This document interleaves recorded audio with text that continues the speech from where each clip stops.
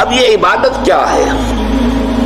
عبادت کا ایک تو ہمارے ذہنوں میں تصور جو ہے، ہمارا جو زوال کا عرصہ ہے، کئی صدیاں بیت گئیں، کوئی غیروں کے غلام رہے، کوئی اپنوں کے غلام رہے، شہنشاہیت کا دور رہا، مسلمانوں کی شہنشاہیت، اور پھر یہ کہ غیروں کی کولونیل دور آ گیا۔ ہوتے ہوتے عبادت کا تصور سکڑ کر رہ گیا، نماز، روزہ، حج، زکوٰۃ یہ عبادات ہیں، اللہ اللہ خیر صلی اللہ۔ حالانکہ عبادت کا مطلب کیا ہے؟ عبد سے بنا ہے، غلام جو ہمہ تن مطیع ہوتا ہے اپنے آقا کا، ہمہ تن ہمہ وقت، ہر وقت اسے حکم ماننا ہے۔ وہ امپلائی ریلیشن شپ نہیں ہوتا کہ 8 گھنٹے کی ڈیوٹی ہے صاحب، اس کے بعد میں جا رہا ہوں، السلام علیکم، میرا کام ختم ہو گیا، نہیں۔ یا آپ نے کسی کو رکھا تھا، اینٹیں ڈھو رہا ہے یا کچھ اور مزدور ہے، شام کو وہ فارغ ہے، اس کے بعد وہ بھی آزاد ہے اور آپ بھی آزاد ہیں، آپ کا بھی ایک ہی ووٹ ہے، اس کا بھی ایک ہی ووٹ ہے، آپ اس ملک کے جو ہے شہری ہونے کے ناطے سے ایک دوسرے کے ساتھ برابر ہیں، آپ کو کوئی اونچا رتبہ حاصل نہیں ہے۔ لیکن غلام اور آقا کا تو زمین و آسمان کا فرق، وہ مملوک ہے اور وہ مالک ہے۔ وہ مالک جو ہے جب چاہے اور جو چاہے حکم دے، اس غلام کا کام یہ ہے کہ مانے، رات کو حکم دیے، دن میں حکم دے۔ اور اسی طریقے سے اگر وہ آقا جو ہے کوئی کوٹڑی دے دے کہ اس میں تم سو جایا کرو رات کو، تو وہ کوٹڑی کا مالک تو نہیں بن جاتا، کوٹڑی ملکیت تو رہتی ہے آقا کی، ہاں استعمال میں ہے، متاع الحیات الدنیا، دنیا کی زندگی کے برتنے کا سامان ہے بس، باقی یہ کہ ملکیت جو ہے وہ تو آقا کی ہے۔ اس تصور میں اللہ کی بندگی اور بہت خوبصورتی کے ساتھ ادا کیا شیخ سعدی رحمۃ اللہ علیہ نے، زندگی آمد برائے بندگی، زندگی بے بندگی شرمندگی۔ یہ تو ہمیں زندگی ملی ہی عبادت کے لیے، لیکن یہ جو میں نے ہمہ وقت ہمہ تن اطاعت اللہ کی عبادت کا تقاضا بیان کیا ہے، یہ بھی ابھی مکمل نہیں ہے۔ اس میں ایک ایلیمنٹ کا اضافہ ہوگا تب یہ عبادت کا تصور مکمل ہوگا، اور وہ ایلیمنٹ یہ ہے، اطاعت مجبوری کے تحت بھی ہوتی ہے۔ ہم انگریزوں کی اطاعت کرتے تھے، مجبور تھے، کیا کریں، انہوں نے ہمیں فتح کر لیا، بزور شمشیر فتح کیا ہندوستان کو، اب ہم مجبور ہیں اس کا حکم ماننے کے اوپر۔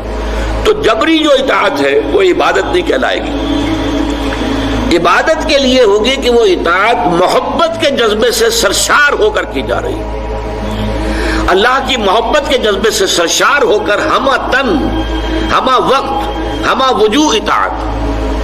اب یہ دونوں چیزیں جو ہیں عبادت کے دو جز ہو گئے، ایک جز اطاعت کلی، ہمہ وقت ہمہ تن ہمہ وجوہ، اور ایک محبت، اور محبت بھی شدید ترین، جو لوگ کے ایمان والے ہیں حقیقت میں ان کی تو شدید ترین محبت اللہ سے ہوتی ہے۔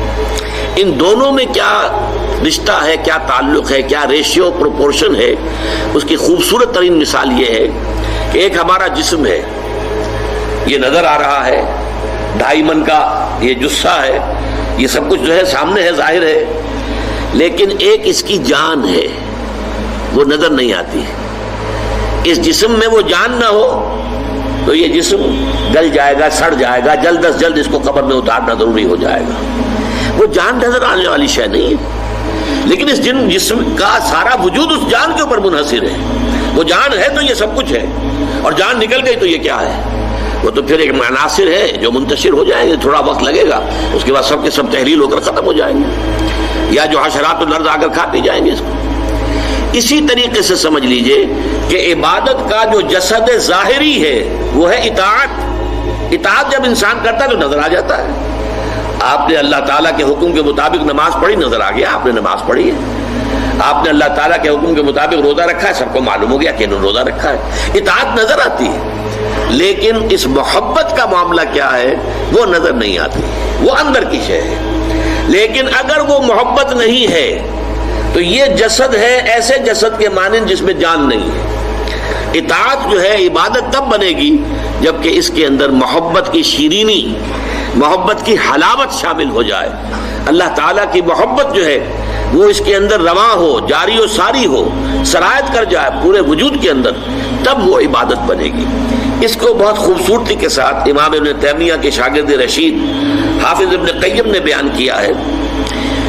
عبادت دو چیزوں کو، دو بنیادی چیزوں کو جمع کرنے سے وجود میں آتی ہے۔ وہ دو چیزیں کیا ہیں؟